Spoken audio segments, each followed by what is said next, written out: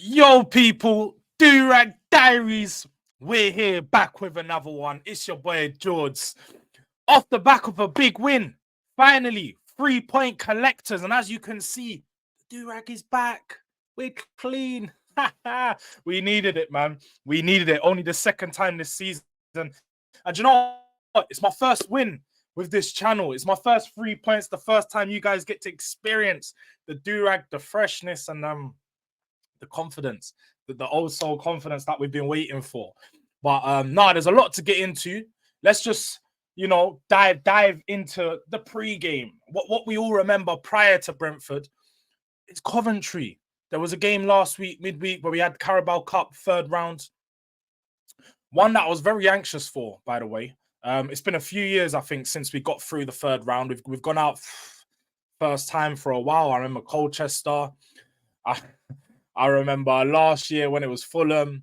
Prior to that, we've had Norwich. We've had the likes of Middlesbrough. We've had some bad teams knock us out. That's the ultimate riding point here is Tottenham have had some teams that shouldn't have beaten us. And time in and time out, the performances haven't been there. And probably, to be honest, that was one game where you could say the same thing again. The performance wasn't there. Coventry battered us. Across 80 minutes, the first 80 minutes of the game, we had 3 shots on their goal. That was problems. After that Arsenal performance and that Coventry performance, going into this Brentford game, I had no confidence. I didn't even believe that we could win, even though we was at home. The one boost, the one saving grace I had was Yohan Wissa was out. And I ain't here celebrating injuries. No, that's not what I'm doing. But this is a baller.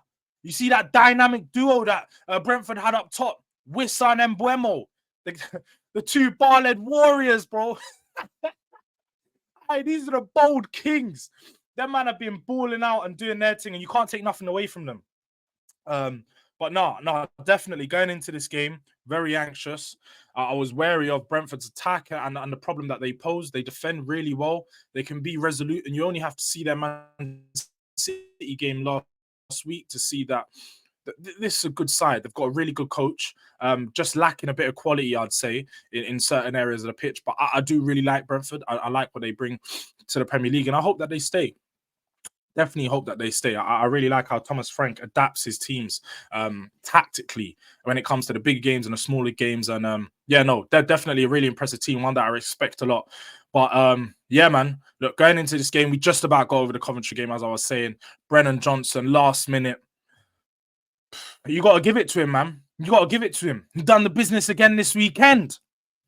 But yeah, man, let's actually talk about the Brentford game because, as we know, 1 minute in, I'm sure many people probably didn't watch it because it's a 3 o'clock kickoff. It's hard to, get the streams on and everything like that. But I was tuned in. And let me not lie, innit? It took a bit long to load it up. As you guys know, it can be, man. The thing was loading. And as soon as I get on there, I'm seeing them man down the wing, cross it in. 23 seconds, by the way. They done the same against City. It shows you, man, they come out of the blocks fast. They catch teams off guard. And amazing finish by Mbeumo, by the way, on his left peg, first time on the volley, top bins. This guy is a problem. He is a problem on that right-hand side. I'm surprised no one picked him up this summer, by the way, because looking at his price range, his age is around 25, 26. He's constantly scoring goals. I think his goal record against Tottenham is crazy. He's scored in like the last 3 or 4 games against us. And just his goal record in the Premier League, his average. This is a player that contributes. This is a player that is a danger man. And now that Ivan Toney's there, there's more highlight on him to be able to perform for them. So really great goal. Really good, well-worked move from Brentford. And you got to give it to them. But apart from that, man, if you watched the game, you saw we dominated them. We pinned them back. We had them camped in their box. 8-9 man, part the bus settings. Out here doing up Pulis, doing up Arsenal, what they done against City yesterday.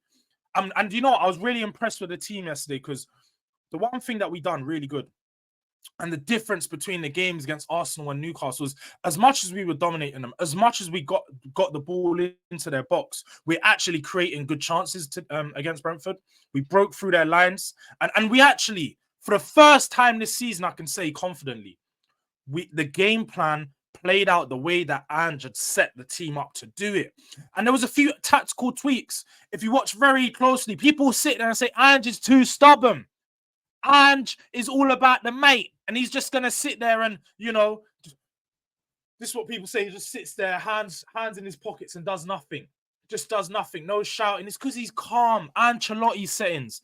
He told the team to go out and do something, and he's confident the team's gonna go out there and do it. And you know, I like the tactical tweaks. What we've done and what we changed going into this game, I think, to battle and sort of counteract that. We knew Brentford were going to play 5-6 man at the back. This is one of the teams with the lowest press intensities and lowest line of defenses in the Premier League so far this season. They don't press.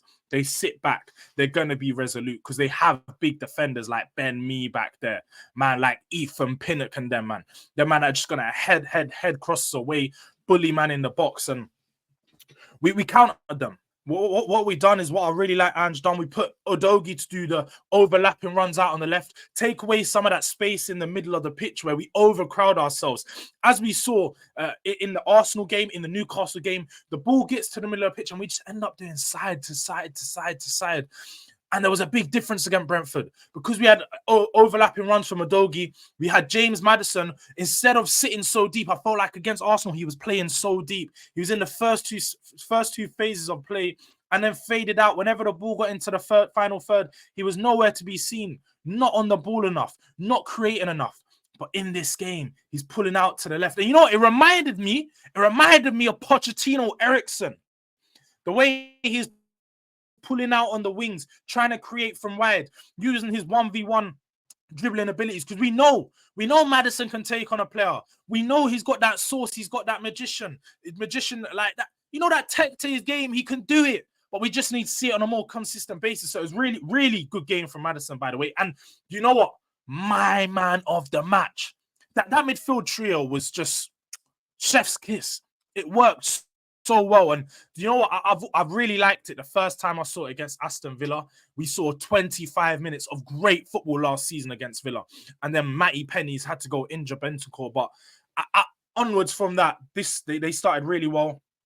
Kulusevski was saucing, waving. I should have gave him this one to cover the waves in the cap wear because it was, constantly getting himself on the ball, trying to be a nuisance, trying to create. And he done some really well-worked attacks and put Johnson through on goal a few times. And the one thing that we killed them with, and the one thing that this midfield done so well was pressing.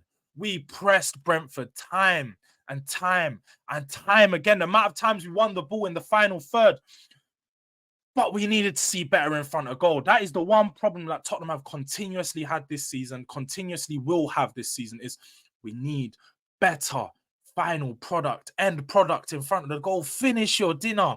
There was a few chances where I saw it was Maddis through on goal, Brennan through on goal, Son through on goal, Solanke, just every attacking player through on goal. We probably could have scored 5 or 6, but it's about getting into the positions to create those opportunities ultimately.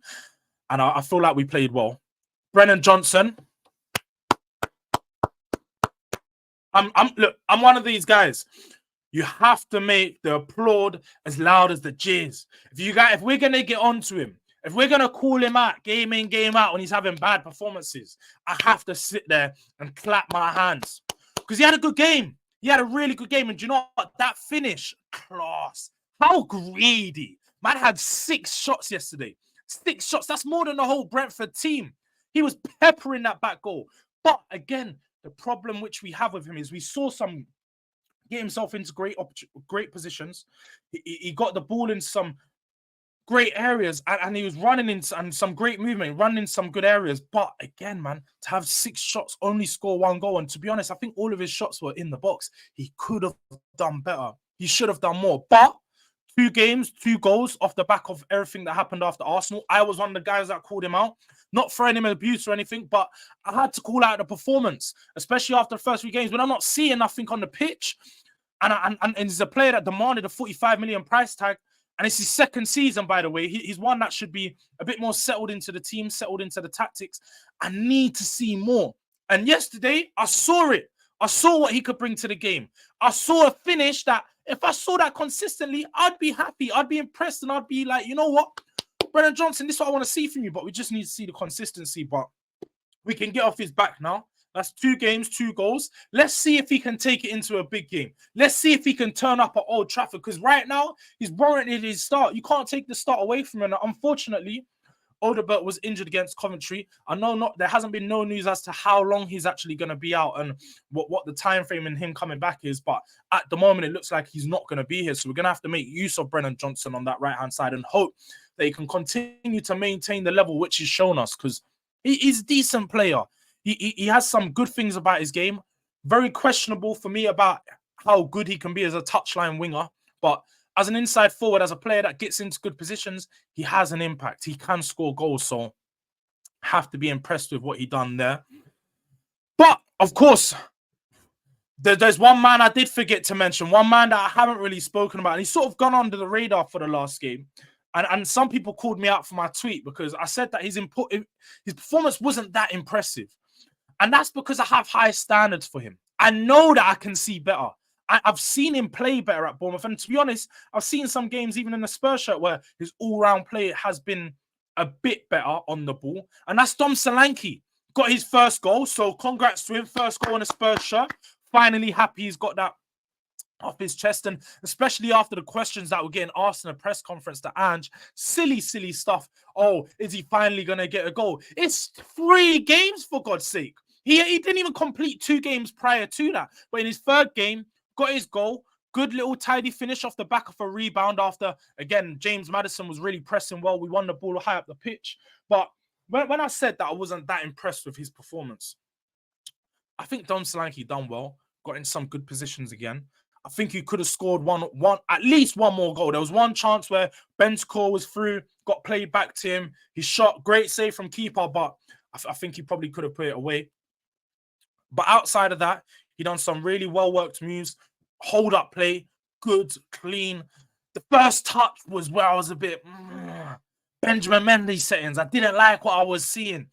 It was just a bit, the ball kept going behind him. He was touching it down. Players are getting tight to him. They're winning it back. And that was the only thing for me. I felt like the first touch could have been better. I think the decision-making on the turn and when he was winning the ball could have been better at times, but there was no problems for me. I don't think he had a bad performance at all. And if I was to rate it out of 10, I'd probably say it was like a 6.5, 7 out of 10 performance. All-round play could have been better, but he got the goal, which was the most important thing. He finally, got that boost in confidence that he needed. So props to Dom Solanke for that. Really well worked. And finally got his goal there, man. But it was a good game. It was a good game. Nice to see us score 3 goals. Again, we haven't got a clean sheet this season. Am I right in saying that? We haven't got a clean sheet this season. Let me just double check that one, because I'm pretty sure Spurs haven't got a clean sheet this season. And to be honest, I think the stat come out the other day. We've had about 4 clean sheets in about 38 games. That's a big problem for me. That's a massive issue for me, because as much as I like this defense, I like the back 4 that we deploy. And to be honest, I wouldn't change too much about them. I think they need to be more defensively resolute. We need to stop giving. We don't give up so many chances. High quality. The XG of those chances are 0.5, 0.7. I mean, the teams should finish them, because when they break through, teams break through us. And that, I got it wrong. We had 1 clean sheet, but that's Everton. That clean sheet don't even count because they haven't got an attack. I don't even think they've won a game this season. Everton are poor. Sean Dyche football, what do you expect, man? Literally. Everton have nothing apart from park the bus football and hope Dominic Calvert-Lewin has been finished for about best part of 3-4 years, man. So that one is really not one to celebrate. But onwards from those. Big game this weekend. Old Trafford, the leaky ground, floodlight settings, real floods, if you know what I mean. It's going to be a good one. I was watching a Manchester United game on the weekend against Crystal Palace, 5:30 kickoff, and they played decent in the first half. I think they attacked really well. They had some really good one-two touch play on the edge of the box, and when Xerxes was on there, I think he gets into some good positions. He causes a problem. But am I scared of Man United? Nah, not really. We've seen in their first 5 games, similarly to us, their defense can definitely get got at. But the problem for them is their attack don't have good patterns enough, and they don't. Their system's a massive issue. The midfield, for one, just gets ran through. That's been a problem since last season, but with the addition of Ugarte, hasn't improved them. Casemiro, he seems to be, taking a trip to the kebab shop every other day still. And Kobe, I've got nothing to say about him. Class midfielder. But I think their system still is lacking that. Like they need better patterns. They need that player who's going to create something a bit more often. And Rashford, lackluster performance when he come on the pitch, and they looked a lot better without him. Garnacho and Diallo look really good, but I feel like, again, they're not great 1v1 dribblers at times. They need someone else to bounce off of to get into good positions. So I'm going to be confident going into this game. This is one that I feel like we can actually do something, but I'm not going to talk too much. It's still early in the week. It's only, we're Monday now. So there's still plenty of time left and things can still happen and play out with Europa League still to play. But yeah, man, big week this week. 2 games away in Europa League, then away on the weekend. So hopefully we can collect 6 points, be on our way to the top of Europa League list, and we need this win against United. The last big team that we beat was Manchester United around this time last season. Apart from that, we haven't really had great performances in the big games. So I'm going to be looking to this one for Ange to show us that we're here to compete, and all this stuff about second season, well, it's a fact that I win stuff. Show me, because the Coventry performance didn't fill me with confidence that that's going to be the case. But I'd like to see it. So good performance from the team at Brentford. My man of the match, as said, had to go to Kulusevski. No doubt in my mind about that. Best. He's been our best performer so far this season. Just constantly a nuisance, constantly creating. And the way he drives our team up the pitch, I just don't see us being as good without him. I've said this for season on season, and since he joined us, I feel like he's been our most creative outlet. Even when Kane was here, he's just constantly the one player always creating chances, someone always trying to get the ball forward, always looking for that forward thinking. And his football IQ is just key to the way that we play. So, yeah, man, stand-up performer. Had to beat Kula on the weekend.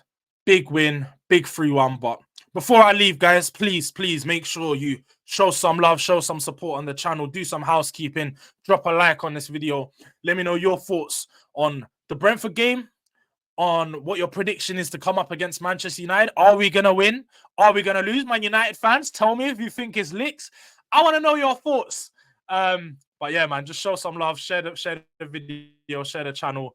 And yeah, man, Direct Diaries will be back live streaming sometime this week. Hopefully 2 o'clock tomorrow we should be going live, if not on Friday too. So just keep an eye out for that one. But thank you guys, man. Thank you for tuning in. Thank you for watching. This has been Durag Diaries, and we're out, man. Peace.